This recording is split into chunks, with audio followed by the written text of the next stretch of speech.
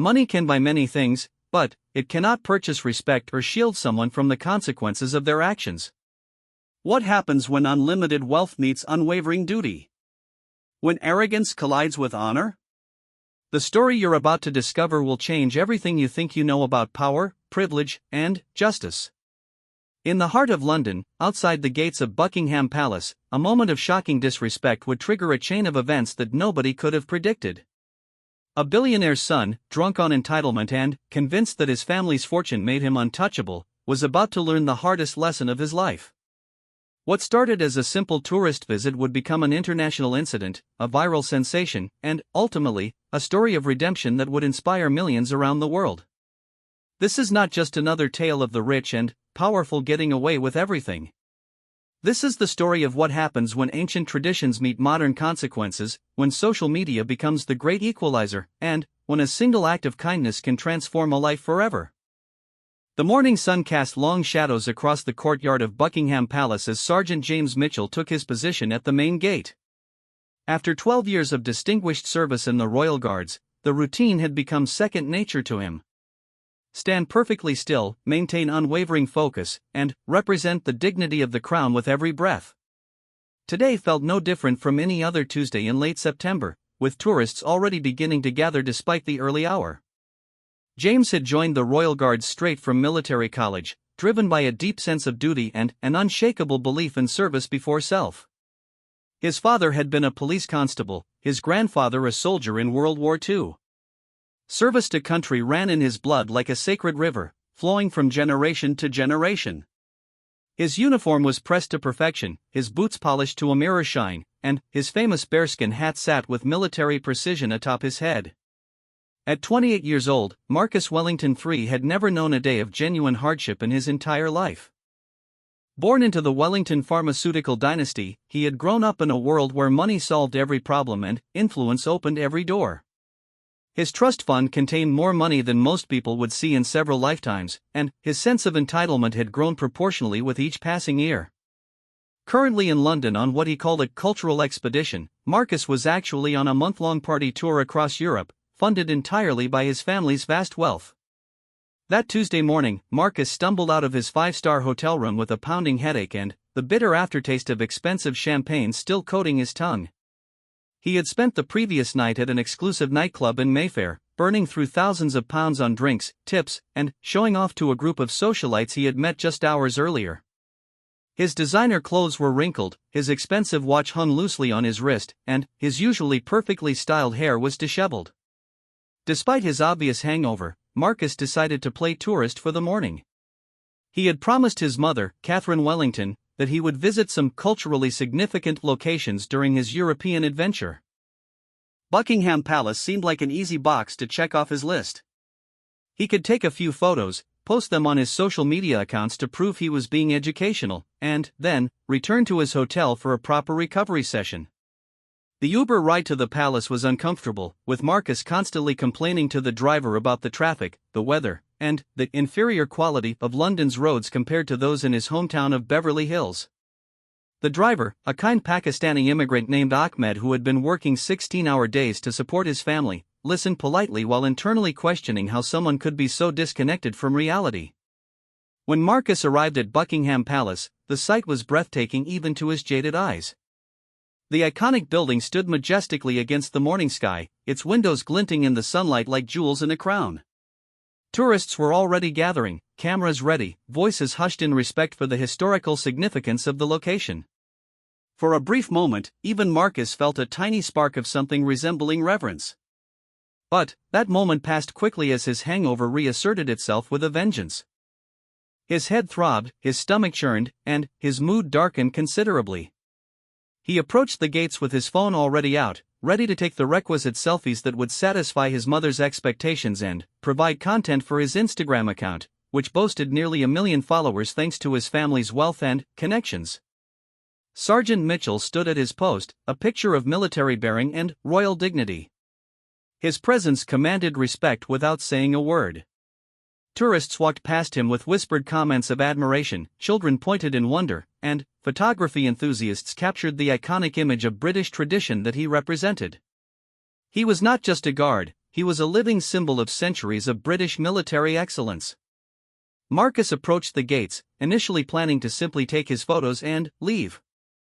But, as he raised his phone to capture a selfie with the guard in the background, he noticed something that irritated him. Sergeant Mitchell was not looking at the camera. In fact, the guard was not acknowledging Marcus's presence at all, maintaining his professional stance and focusing straight ahead as protocol demanded. This lack of attention infuriated Marcus, whose entire life had been built around being the center of attention. At parties, people hung on his every word because of his wealth. In restaurants, servers competed for his approval because of the size of his tips. In business meetings, executives deferred to his opinions because of his family's influence. The idea that someone would ignore him, even in the professional capacity of a royal guard, was incomprehensible to his entitled worldview. "Hey, guard," Marcus called out, his voice cutting through the respectful murmur of other tourists. "Look over here for the photo." Sergeant Mitchell, following proper protocol, did not respond. His training had been extensive and clear: maintain position, focus straight ahead, do not engage with individual tourists unless there was a security concern. He had dealt with thousands of tourists over the years, and he knew that acknowledging one person's request would lead to chaos as everyone demanded similar attention. Marcus interpreted this professional behavior as a personal insult. His hangover-fueled irritation quickly escalated into genuine anger. In his twisted logic, he was not just any tourist. He was Marcus Wellington III, heir to a fortune worth billions of dollars. He deserved acknowledgement, respect, and immediate compliance with his requests. "I'm talking to you," Marcus said, his voice rising in volume and attracting the attention of nearby tourists. "Do you know who I am? Do you have any idea how much money my family has? I could probably buy this entire palace if I wanted to." Several tourists began turning their attention from the palace to the unfolding scene. A mother quickly ushered her children away, sensing that the situation was about to become unpleasant. An elderly Japanese couple exchanged worried glances, unsure whether this was normal behavior or something they should be concerned about. Among the gathering crowd was Sarah Chen, a freelance journalist and social media influencer who had been visiting London to cover various cultural events for her online platform.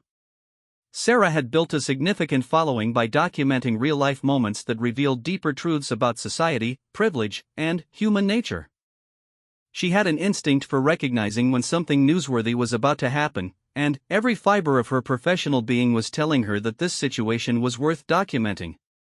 Sarah discreetly pulled out her phone and began recording, positioning herself at an angle where she could capture both Marcus and Sergeant Mitchell in the frame. Her journalism background had taught her the importance of documenting events as they unfolded, and her social media experience had shown her how quickly a single video could spread across the internet and change lives forever. Marcus, completely unaware that he was being recorded, continued his verbal assault on the motionless guard. His entitlement was on full display, his words becoming increasingly aggressive and personally insulting. He mocked Sergeant Mitchell's profession, questioned his intelligence, and made derogatory comments about people who serve others instead of being served themselves. "This is ridiculous," Marcus declared, his voice now loud enough that tourists 50 feet away could hear every word. "I'm trying to take a simple photo, and this guy is acting like he's too good to help me. Do you know what my family's company does? We develop life-saving medications. We actually contribute something meaningful to society, unlike people who just stand around in costumes playing dress-up for tourists." The crowd that had gathered was growing larger and increasingly uncomfortable. Several people began recording with their own phones, sensing that they were witnessing something that would likely become famous on social media. The atmosphere was tense, with tourists exchanging nervous glances and whispering among themselves about whether security should be called.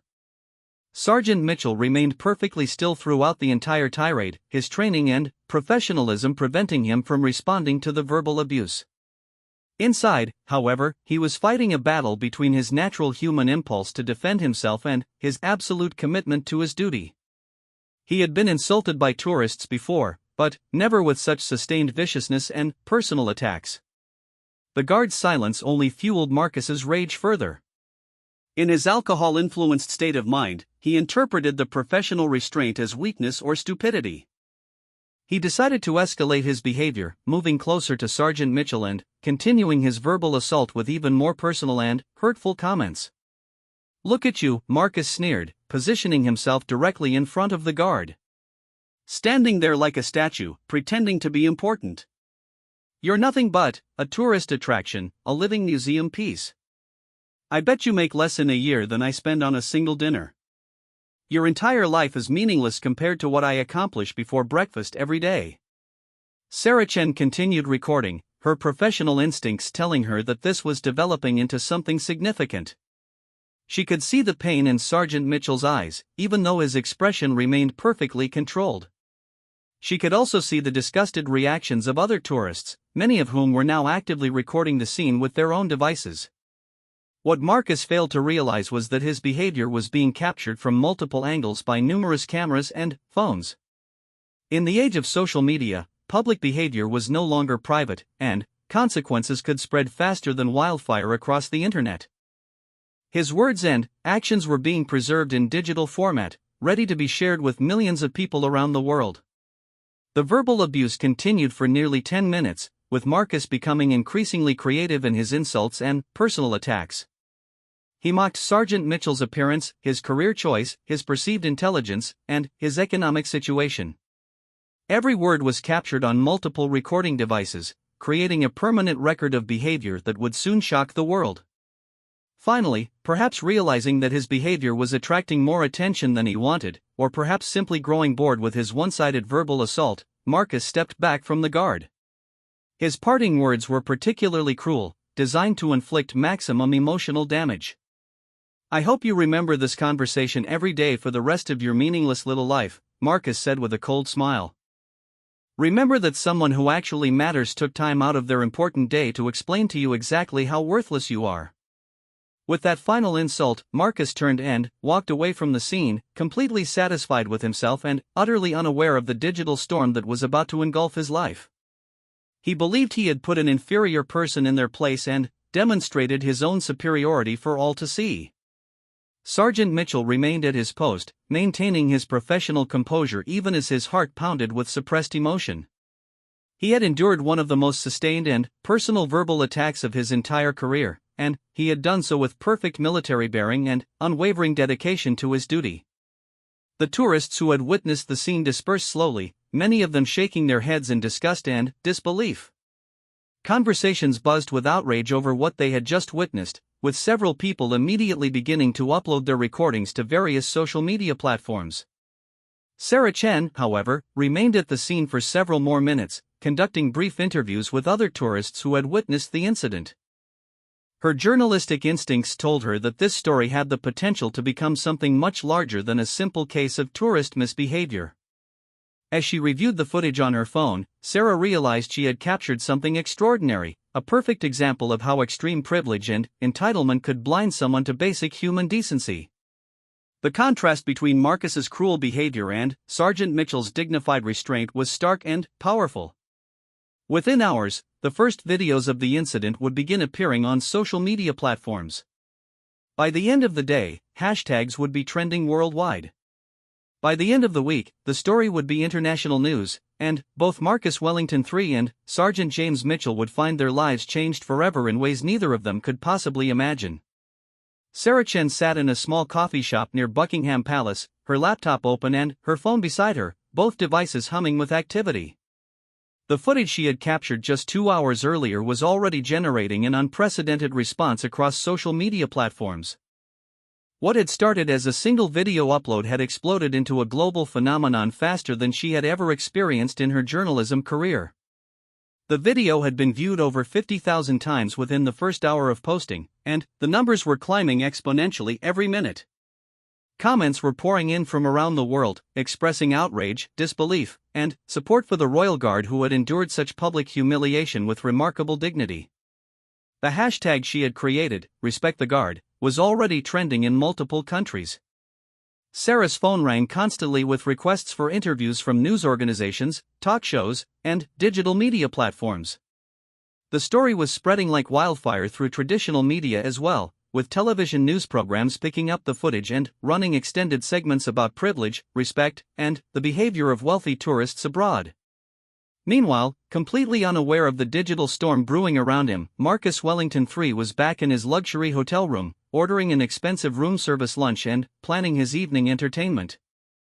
His phone had been buzzing with notifications, but he assumed they were the usual mix of social media likes and messages from friends back home. He had not bothered to check the specific content of the notifications, comfortable in his assumption that any attention he received would be positive.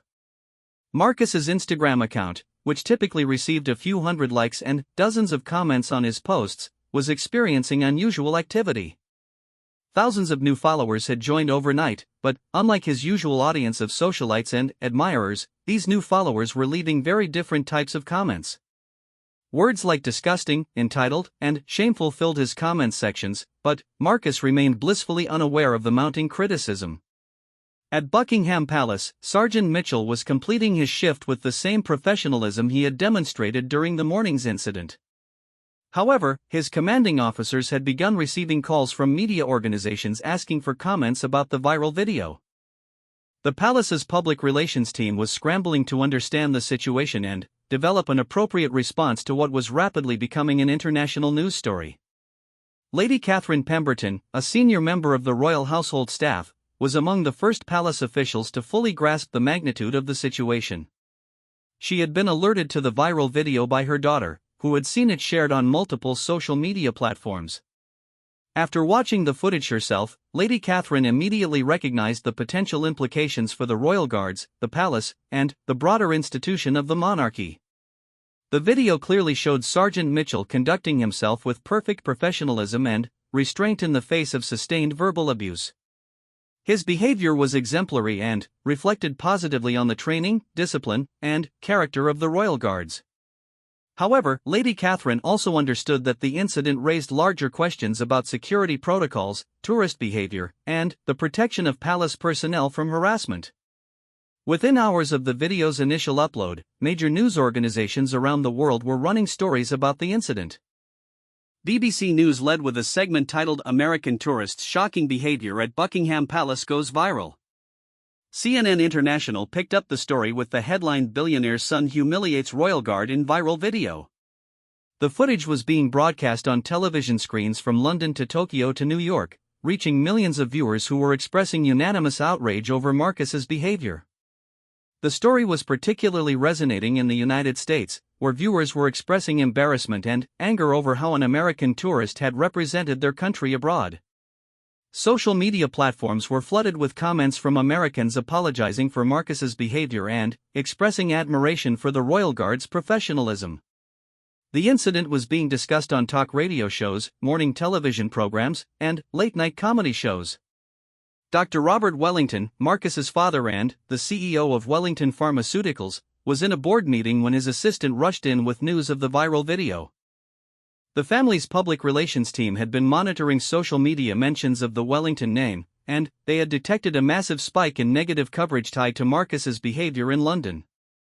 When Dr. Wellington watched the video on his phone, his face went pale with shock and anger. Not only was his son's behavior personally embarrassing, but it was also creating a public relations nightmare for the family business. Wellington Pharmaceuticals had built its reputation on values of service, healing, and social responsibility. The image of the heir to the company publicly humiliating a service member was completely antithetical to everything the company claimed to represent. The corporate communications team immediately went into crisis management mode, fielding calls from journalists, investors, and business partners who were asking for the company's response to the viral video. Stock prices for Wellington Pharmaceuticals began declining as news of the incident spread, with investors concerned about potential damage to the brand's reputation and consumer trust. Back in her coffee shop, Sarah Chen was conducting phone interviews with major news organizations, providing context for the footage she had captured and sharing her perspective as the person who had witnessed the entire incident firsthand. Her professional background in journalism lent credibility to her account, and her articulate analysis of the broader social issues raised by the incident was being quoted in news reports around the world. "What I witnessed was not just bad tourist behavior," Sarah explained during a live interview with BBC World Service. "This was a perfect example of how extreme wealth and privilege can completely disconnect someone from basic human empathy. The contrast between the cruel behavior of someone who has never faced consequences for his actions and the dignity of a professional who dedicates his life to service was stark and deeply disturbing. The story was resonating particularly strongly in the United Kingdom, where respect for military service and royal traditions runs deep in the cultural consciousness. British social media users were expressing pride in Sergeant Mitchell's restraint and professionalism while condemning Marcus's behavior as representative of the worst aspects of entitled wealth.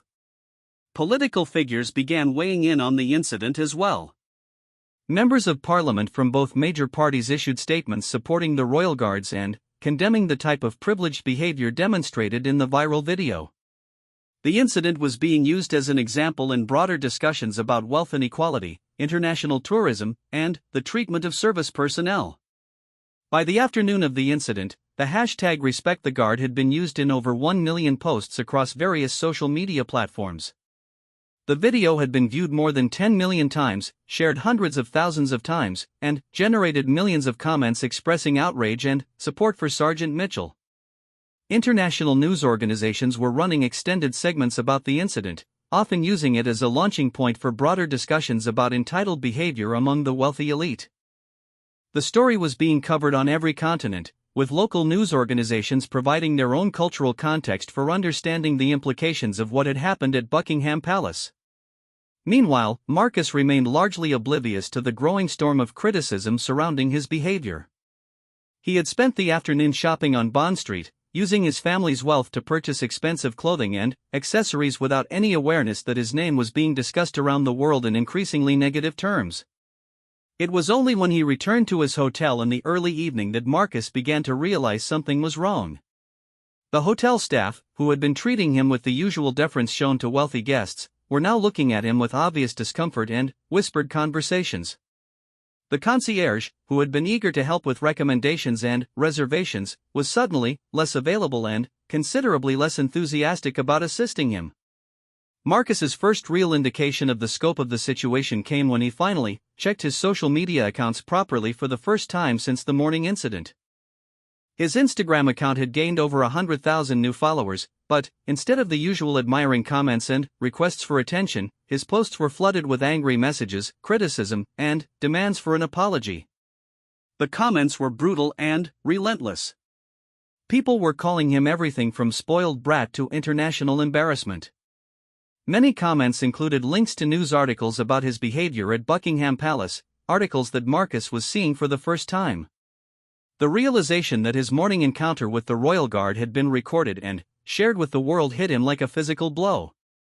Frantically scrolling through the search results for his name, Marcus discovered that the story had been covered by virtually every major news organization in the world. His photograph was being displayed alongside headlines that described his behavior in the most unflattering terms possible. The family company's stock price decline was being reported as a direct result of his actions, adding a financial dimension to what had started as a simple case of tourist misbehavior. The hotel's management team, having become aware of the viral video and the negative attention surrounding their guest, held an emergency meeting to discuss how to handle the situation.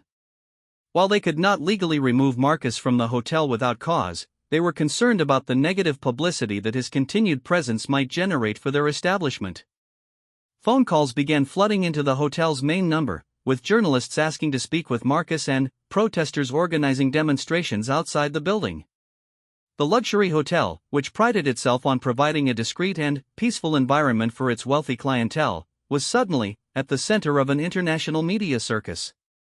Dr. Wellington's attempts to reach his son were unsuccessful, as Marcus had turned off his phone in a panic after seeing the overwhelming negative response to his behavior.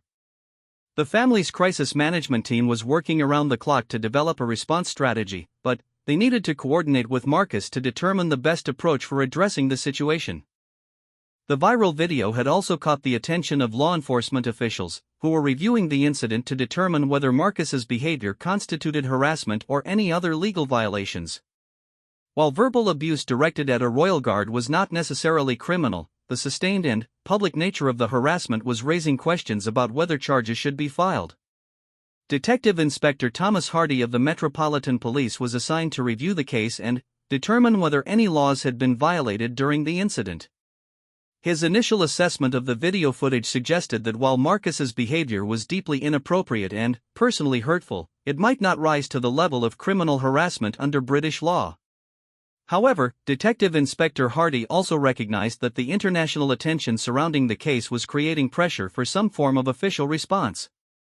The public outrage was so intense and widespread that ignoring the incident entirely could be seen as condoning the type of privileged behavior that Marcus had displayed. As the evening wore on, the story continued to gain momentum across social media and traditional news platforms.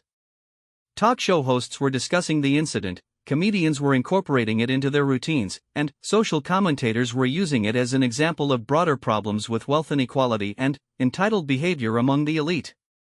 The Royal Guards Association, an organization representing current and former guards, issued a statement expressing support for Sergeant Mitchell and condemning the type of harassment he had endured.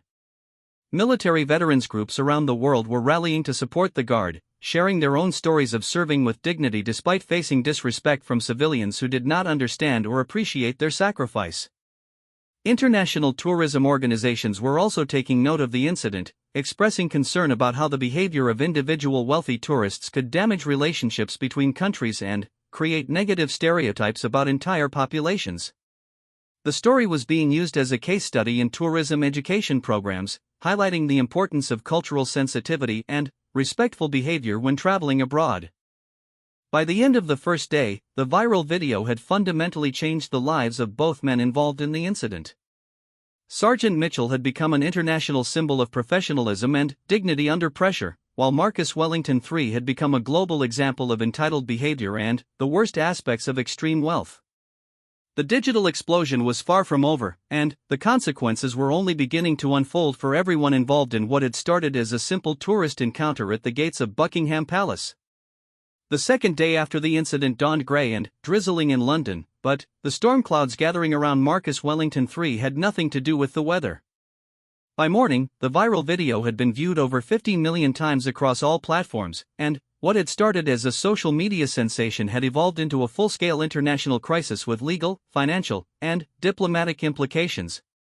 Marcus had spent a sleepless night in his hotel room, frantically calling his father's office and being told repeatedly that Dr. Wellington was in meetings and unavailable to speak with him. In reality, the elder Wellington was in emergency sessions with the company's board of directors, legal team, and crisis management specialists, trying to contain the damage that his son's behavior was inflicting on the family business and reputation. Wellington Pharmaceuticals stock had dropped another 12% in overnight trading on Asian markets, as international investors expressed concern about the company's leadership and values. The viral video was being shared on financial news programs as an example of how personal behavior could impact corporate valuations in the age of social media. The hotel where Marcus was staying had become a focal point for protesters and media attention. Dozens of demonstrators had gathered outside the building, holding signs with messages like "Respect our guards" and "Privilege is not a license to abuse." Television news trucks lined the street, their satellite dishes reaching toward the grey London sky like electronic trees. Hotel management had moved Marcus to a room on a higher floor with no street access, hoping to reduce the media attention and protect their other guests from the disruption. However, the constant presence of protesters and journalists was creating an impossible situation for the luxury establishment, which prided itself on providing a discreet and peaceful environment. Sarah Chen had become the unofficial spokesperson for the incident, fielding interview requests from news organizations around the world. Her original video had been licensed by major networks, and she had donated all proceeds to military charities supporting veterans and active duty service members. Her professional handling of the situation and her thoughtful analysis of the broader social issues involved had elevated her profile significantly in the journalism world. This incident has resonated so powerfully because it represents something that many people have experienced but rarely see captured so clearly, Sarah explained during a morning interview with Good Morning Britain. "We've all encountered entitled behavior from wealthy individuals who seem to believe that their money exempts them from basic human decency. What made this different was that it was recorded, and the contrast between the abuser and the victim was so stark. At Buckingham Palace, the situation was being treated with the utmost seriousness by the royal household. Sergeant Mitchell had been called in for meetings with senior officials, not because he had done anything wrong, but because the palace needed to understand the full scope of the incident and ensure that proper support was being provided to their employee. Lady Catherine Pemberton had taken personal charge of the palace's response to the situation. Her decades of experience in royal protocol and public relations had taught her that how institutions responded to crises often mattered more than the original incidents themselves. The Royal Guards represented centuries of British military tradition, and an attack on one guard was an attack on the entire institution. Sergeant Mitchell's conduct throughout this ordeal has been exemplary and represents the highest standards of the Royal Guards, Lady Catherine stated in a carefully crafted press release. He demonstrated the professionalism, dignity, and restraint that we expect from all members of the royal household, even when faced with completely inappropriate and hurtful behavior. The statement went on to announce that the palace was reviewing security protocols to better protect guards from harassment while maintaining the accessibility that allowed tourists to experience British royal traditions. It also expressed gratitude for the overwhelming public support that Sergeant Mitchell had received from around the world. Detective Inspector Hardy had completed his initial investigation and determined that while Marcus's behavior was deeply offensive and inappropriate, it did not technically violate British harassment laws. However, the international attention and public outrage surrounding the case had created pressure for some form of official response beyond simply dismissing the matter. The Metropolitan Police issued a statement acknowledging the public concern about the incident while explaining the legal limitations on their ability to prosecute cases of verbal harassment that did not include specific threats or meet other criminal thresholds. However, they also announced that they would be reviewing their policies regarding the protection of royal guards and other public servants from sustained verbal abuse. Meanwhile, the American Embassy in London was fielding calls from British officials, American media organizations, and concerned citizens who were expressing embarrassment over how an American tourist had behaved in the United Kingdom. The diplomatic implications of the incident were relatively minor, but the cultural impact was significant, with many people using the viral video as an example of American privilege and entitlement.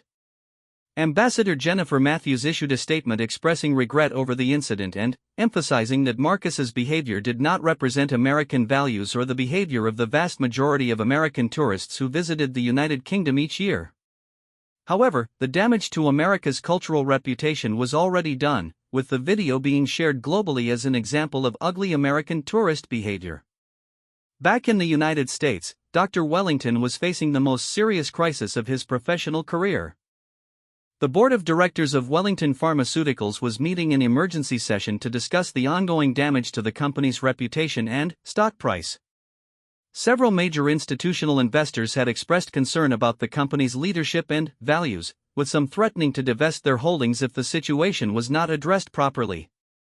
The company's marketing and public relations teams were working around the clock to distance the Wellington Pharmaceuticals brand from Marcus's behavior, but the connection was obvious and impossible to completely sever. The heir to the company had become an international symbol of entitled behavior, and that association was inevitably affecting public perception of the business itself. Dr. Wellington finally managed to reach his son by phone late in the morning, and the conversation was explosive. The elder Wellington, who had built his company from a small family business into a multinational pharmaceutical giant through decades of hard work and careful reputation management, was furious at how quickly his son had managed to damage everything he had worked to build. "Do you have any idea what you've done?" Dr. Wellington shouted during the phone call, his usual corporate composure completely shattered. 40 years of building this company's reputation, and you've managed to destroy it in 10 minutes of acting like a spoiled child. The stock price has dropped 20% in 2 days. Our largest clients are asking questions about our values and leadership. Board members are questioning whether you should ever be allowed to inherit control of this company. Marcus, still struggling to comprehend the magnitude of the situation he had created, tried to defend his behavior by claiming that he had been hungover and that the Royal Guard's refusal to acknowledge him had been disrespectful. This explanation only made his father angrier, as it demonstrated that Marcus still did not understand the gravity of his actions or the pain he had caused. "You publicly humiliated a man who dedicates his life to serving his country," Dr. Wellington continued. "You mocked his profession, his appearance, and his economic situation, all while representing our family name and our company's values. And your excuse is that you were hungover and felt disrespected? This isn't just embarrassing, Marcus. This is morally reprehensible. The conversation ended with Dr. Wellington informing his son that he was being summoned back to the United States immediately and that his European vacation was over. The family's private jet was already being prepared for departure, and Marcus would be on it within 24 hours whether he wanted to be or not. The news of Marcus's impending departure from London leaked to the media through hotel staff who had overheard conversations about flight arrangements. Social media users immediately began expressing outrage that he was fleeing the country without taking responsibility for his actions or apologizing to Sergeant Mitchell. A petition was started on change.org demanding that Marcus personally apologize to the Royal Guard before leaving the United Kingdom. Within hours, the petition had gathered over 500,000 signatures from people around the world who wanted to see some form of accountability for his behavior. The petition also called for Marcus to make a substantial donation to military charities and to undergo sensitivity training about respect for service members. The overwhelming response to the petition demonstrated the global reach and emotional impact of the viral video, with supporters from dozens of countries expressing solidarity with Sergeant Mitchell. British tabloid newspapers had picked up the story with characteristic enthusiasm, running front-page headlines like Yank Tank, Billionaire Brat Battles Brave Brit, and Guard vs. Greed, the palace showdown that shamed America.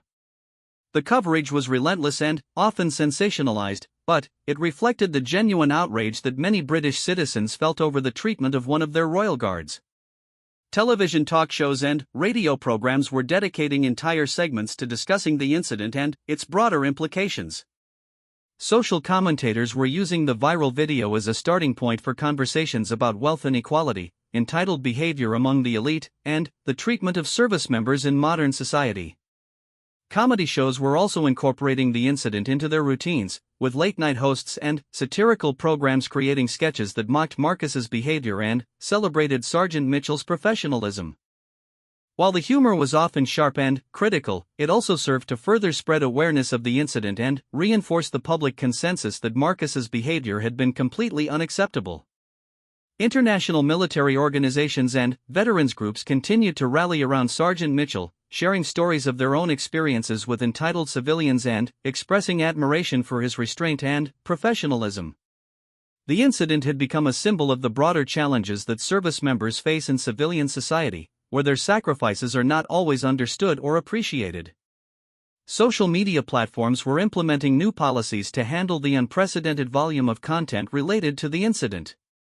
The hashtag #RespectTheGuard had become one of the most used tags in the history of social media, with millions of posts expressing support for Sergeant Mitchell and condemnation of Marcus's behavior. The viral nature of the story had also created opportunities for positive action. Military charities reported massive spikes in donations from people inspired by Sergeant Mitchell's dignity and professionalism. Organizations supporting veterans and active duty service members were seeing unprecedented levels of public engagement and support. Educational institutions were beginning to use the viral video as a case study in courses on ethics, communication, social media, and cross-cultural understanding. The incident provided a perfect example of how individual behavior could have far-reaching consequences in an interconnected world where actions could be recorded, shared, and judged by global audiences. As the second day of the crisis drew to a close, it was becoming clear that the reckoning for Marcus's behavior was far from over. The financial, social, and professional consequences were mounting, and the international attention showed no signs of diminishing. What had started as a moment of entitled behavior had evolved into a global conversation about respect, privilege, and accountability that would continue to reverberate for weeks to come. The young man who had woken up in a luxury hotel room 2 days earlier, confident in his wealth and status, was now preparing to face the biggest crisis of his privileged life. The digital age had amplified his moment of cruelty and turned it into a global phenomenon that would follow him for years to come. The third morning brought an unexpected development that would change the trajectory of the entire story. As Marcus packed his belongings in his hotel room, preparing for his forced return to the United States, he received a call from Lady Catherine Pemberton's office at Buckingham Palace. The message was formal but clear. Sergeant Mitchell had requested a private meeting with Marcus before his departure from London. This request caught everyone by surprise, including Marcus's father, the Wellington family legal team, and the palace officials who had been managing the crisis. Sergeant Mitchell had not spoken publicly about the incident beyond the official palace statements, and his request for a face-to-face meeting was both unexpected and potentially risky for all parties involved. Lady Catherine had initially advised against the meeting, concerned about the potential for further negative publicity or legal complications. However, Sergeant Mitchell had been insistent, explaining that he had something important to say that could only be communicated in person. His 12 years of exemplary service had earned him enormous respect within the palace hierarchy, and his request was ultimately granted. The meeting was arranged to take place in a private room at a discreet location near the palace, with minimal security and no media presence. Both men would be accompanied by representatives from their respective sides, but the actual conversation would be between Marcus and Sergeant Mitchell alone. Marcus approached the meeting with a mixture of anxiety and resentment. His lawyers had advised him to say as little as possible and to avoid any statements that could be construed as admissions of guilt or responsibility. In his mind, he was the victim of an overblown social media mob reaction to what had been a minor tourist incident blown completely out of proportion. Sergeant Mitchell, meanwhile, had spent considerable time preparing for the meeting. He had written down his thoughts, consulted with his family, and prayed for the right words to express what he needed to say. This was not about revenge or public vindication for him, it was about something much deeper and more important. When the two men finally sat across from each other in the small, plainly furnished meeting room, the contrast between them was even more striking than it had been at the palace gates. Marcus, despite his expensive clothing and confident posture, looked tired and stressed from the events of the past few days. Sergeant Mitchell, in his civilian clothes, radiated the same calm dignity that had been evident in the viral video. "Thank you for agreeing to meet with me," Sergeant Mitchell began, his voice steady and respectful. "I know this has been a difficult time for everyone involved, and I appreciate your willingness to have this conversation." Marcus, following his lawyer's advice, gave a curt nod but said nothing. He was determined not to provide any material that could be used against him later, either legally or in the continuing media coverage of the incident. Sergeant Mitchell seemed to understand Marcus's reluctance to speak and continued with his prepared remarks. "I want to tell you about why I became a Royal Guard, Mr. Wellington. It might help you understand why your words at the palace affected me the way they did." For the next 20 minutes, Sergeant Mitchell told his story. He spoke about growing up in a working-class family in northern England, where his father had been unemployed for long periods due to the decline of manufacturing in their region. He described watching his parents struggle to pay bills, buy food, and maintain their dignity despite facing financial hardships that Marcus could never comprehend. He talked about joining the military straight from school, not because of any grand patriotic vision, but because it offered steady employment, training, and the opportunity to serve something larger than himself. He described his deployments to Afghanistan, where he had seen genuine suffering and had learned to appreciate the relative peace and security of life in the United Kingdom. "When I put on the uniform of the Royal Guards," Sergeant Mitchell explained, "I'm not just representing myself or even just the palace. I'm representing every person who has ever served their country, everyone who believes that duty and honor still matter in a world that often seems to have forgotten those values." Marcus shifted uncomfortably in his chair as the guard continued. Despite his intention to remain detached from the conversation, he was finding himself drawn into Sergeant Mitchell's narrative. The man's sincerity and quiet dignity were impossible to ignore, even for someone as self-centered as Marcus had always been. Sergeant Mitchell then spoke about the morning of the incident, describing how he had felt during the sustained verbal attack. "You called me worthless, Mr. Wellington. You said my life was meaningless and that I was nothing but a tourist attraction. Those words hurt more than you might realize, not because I believed them, but because they represented such a complete lack of understanding of what service means." The guard paused, choosing his next words carefully. But what hurt the most wasn't the insults themselves. It was the realization that someone could look at another human being and see only their economic value, only their usefulness to you personally. "You couldn't see me as a person with a family, dreams, fears, and hopes just like your own." Marcus, despite his determination to remain silent, found himself responding. I was hungover, he said defensively. I wasn't thinking clearly. I never meant for it to become such a big deal. Sergeant Mitchell nodded thoughtfully. I understand that you weren't at your best that morning. But, here's what I've learned about character, Mr. Wellington: it's not revealed when things are easy and comfortable. Character is revealed when we're stressed, tired, challenged, or not at our best. Those moments show who we really are underneath all the social conventions and careful behavior. This observation hit Marcus like a physical blow.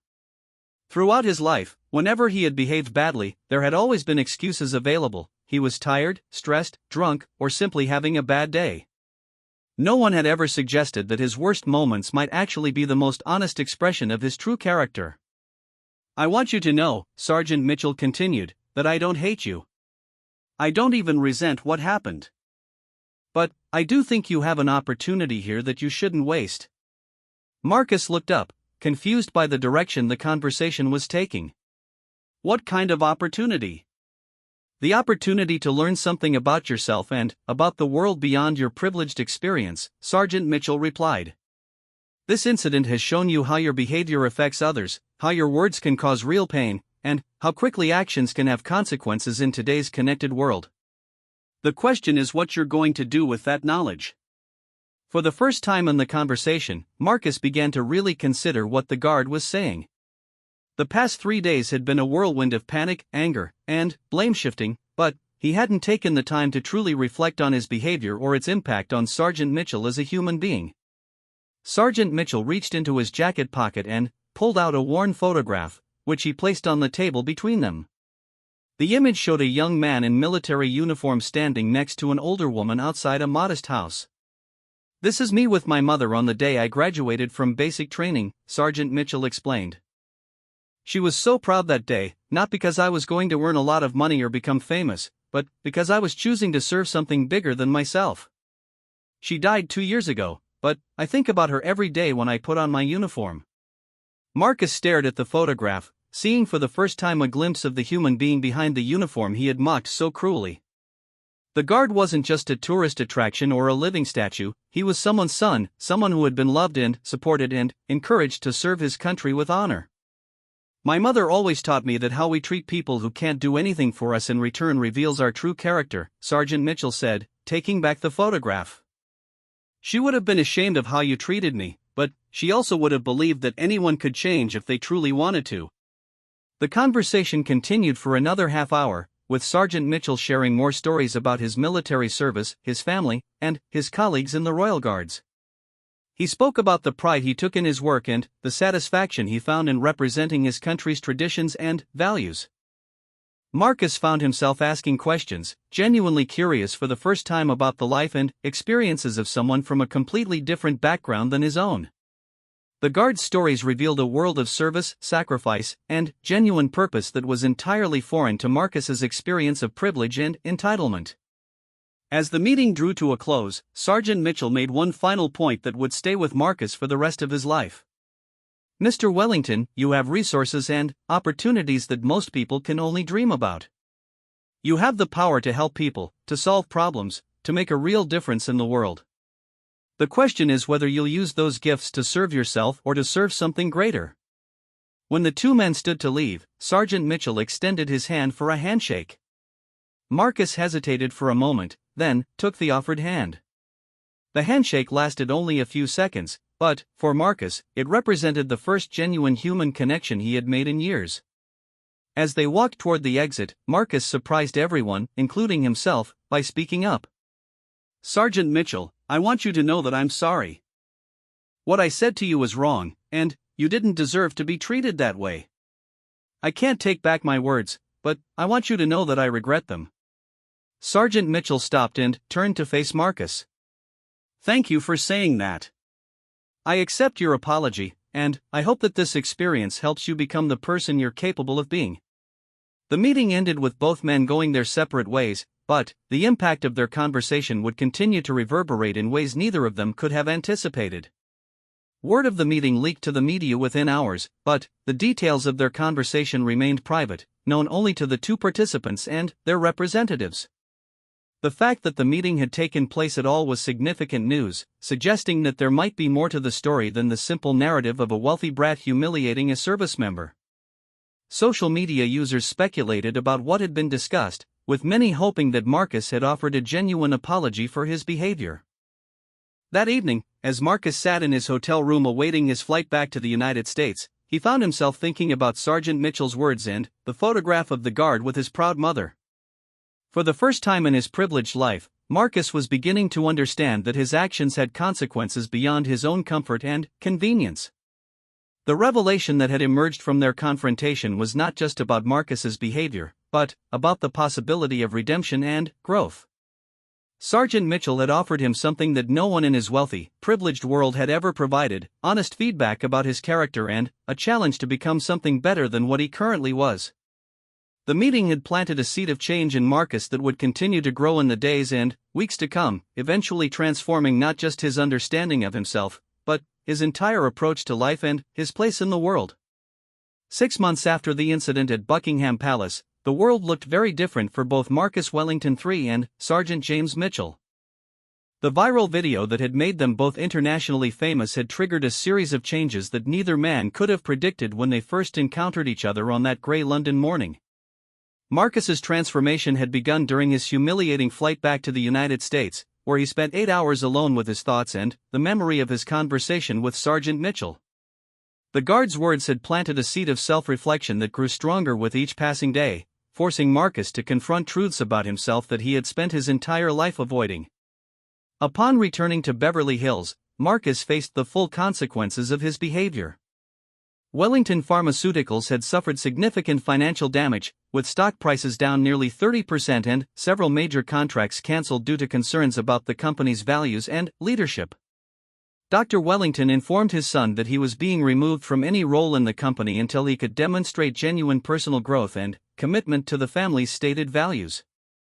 The board of directors had voted unanimously to implement new leadership succession requirements that included mandatory community service, ethics training, and demonstrated commitment to social responsibility. Marcus's inheritance and future role in the company were no longer guaranteed; he would have to earn them through actions rather than simply claiming them through birth. This financial and professional exile was devastating to Marcus, who had never worked a real job or faced genuine consequences for his behavior. For the first time in his life, he was forced to survive on a modest allowance rather than unlimited access to his family's wealth. The reduction in his lifestyle was dramatic and, initially, overwhelming. However, the real transformation began when Marcus decided to volunteer at a local veterans hospital, initially as a way to demonstrate to his father that he was serious about change. What started as a calculated move to rehabilitate his image became something much more meaningful when he began actually listening to the stories of the men and women he was serving. The veterans Marcus met at the hospital shared experiences that opened his eyes to a world of service, sacrifice, and genuine purpose that he had never understood. These were people who had given years of their lives, and, in many cases their health and well-being, to serve something greater than themselves. Their stories of courage, loss, and perseverance gradually began to change his perspective on what constituted a meaningful life. One veteran in particular, Sergeant Major retired Elena Rodriguez, became an unlikely mentor to Marcus. Elena had lost her left leg during a deployment in Iraq but had maintained an optimistic outlook and dedication to helping other veterans adjust to civilian life. Her combination of strength, wisdom, and compassion reminded Marcus powerfully of his encounter with Sergeant Mitchell. "Privilege isn't a sin, son," Elena told Marcus during one of their conversations. "But wasting privilege is. You've been given resources that most people can only dream about. The question is whether you're going to use them to build yourself up or to lift others up as well." Under Elena's guidance, Marcus began to understand the difference between charity and genuine service. Rather than simply writing checks to feel good about himself, he started learning about the real challenges facing veterans and working to develop practical solutions to address their needs. His work at the Veterans Hospital led him to collaborate with other organizations serving military families, homeless veterans, and disabled service members. Through these connections, Marcus began to develop a deeper understanding of social responsibility and the power of sustained commitment to meaningful causes. Meanwhile, in London, Sergeant Mitchell's life had also changed significantly, though in very different ways. The international attention surrounding the viral video had made him an unexpected symbol of dignity and professionalism under pressure. He had received thousands of letters from around the world, including messages from military personnel, veterans, and civilians who had been inspired by his restraint and grace. The Royal Guards Association had honored Sergeant Mitchell with their highest award for maintaining the honor and dignity of the service under extraordinary circumstances. The recognition was particularly meaningful to him because it came from his peers and colleagues who understood the challenges of serving in such a visible and demanding role. More importantly for Sergeant Mitchell personally, the incident had reconnected him with his sense of purpose and pride in his service. The overwhelming support he had received from around the world had reminded him why he had chosen to dedicate his life to duty and honor, even when that dedication sometimes required personal sacrifice. The palace had also implemented new policies to better protect royal guards from harassment, including improved security protocols and clearer guidelines for addressing inappropriate behavior from tourists.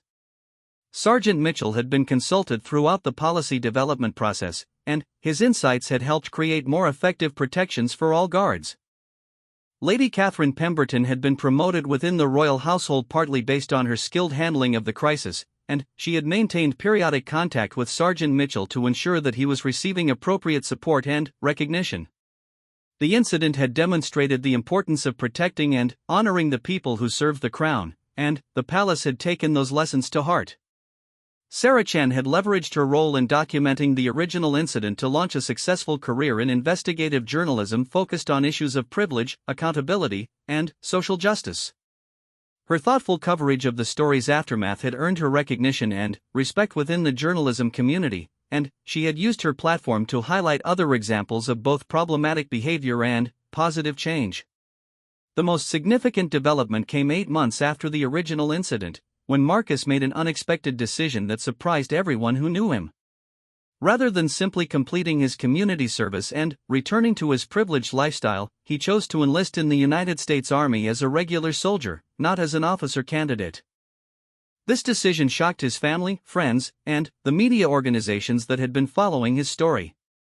Marcus announced his enlistment through a carefully written statement that acknowledged his past behavior, expressed gratitude for the lessons he had learned, and explained his desire to serve his country in the same spirit of dedication that he had seen in Sergeant Mitchell.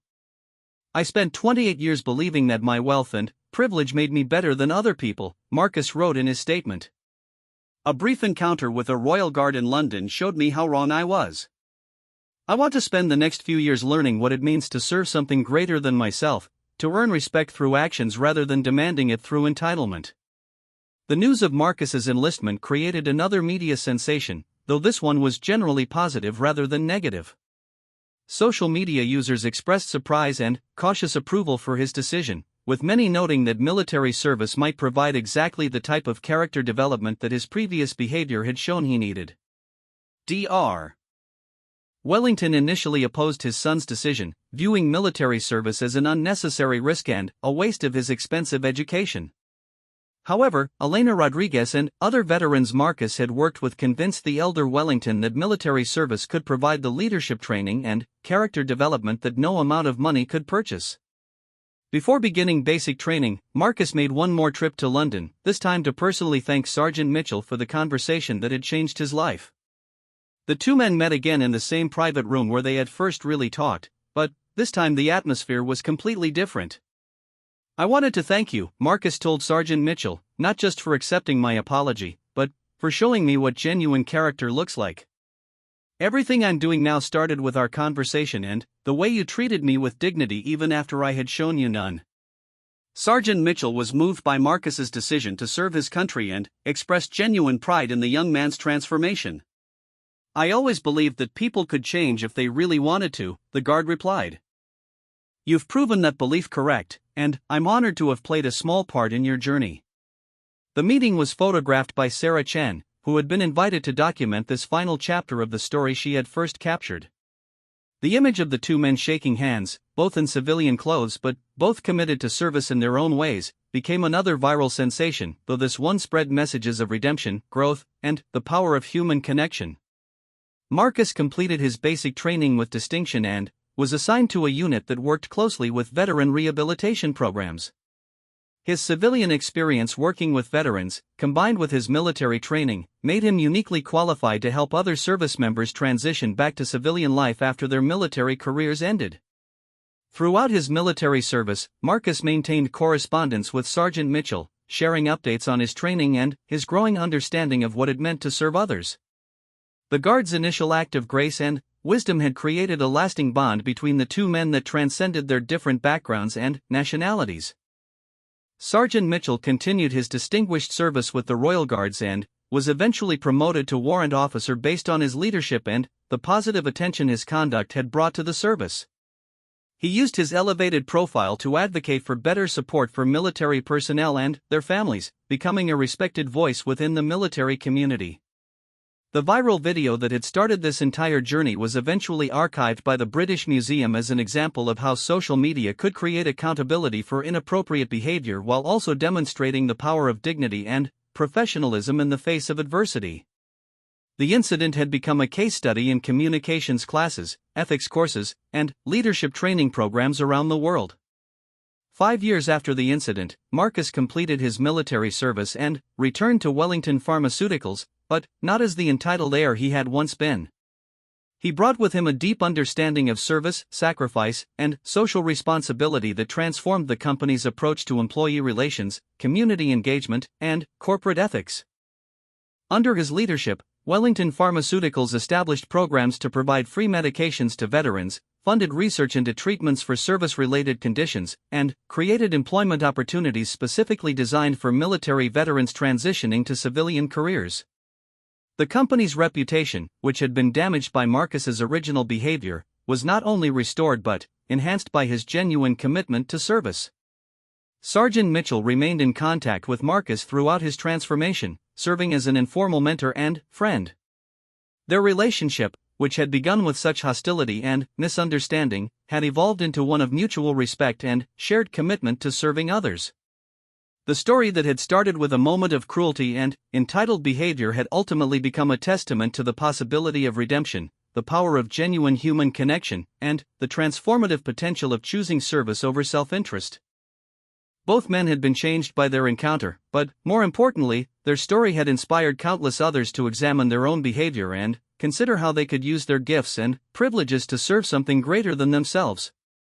The viral video that had once embarrassed Marcus and hurt Sergeant Mitchell had become a powerful reminder that even our worst moments can become catalysts for positive change, and that dignity, respect, and genuine character always triumph over wealth, privilege, and entitlement in the end.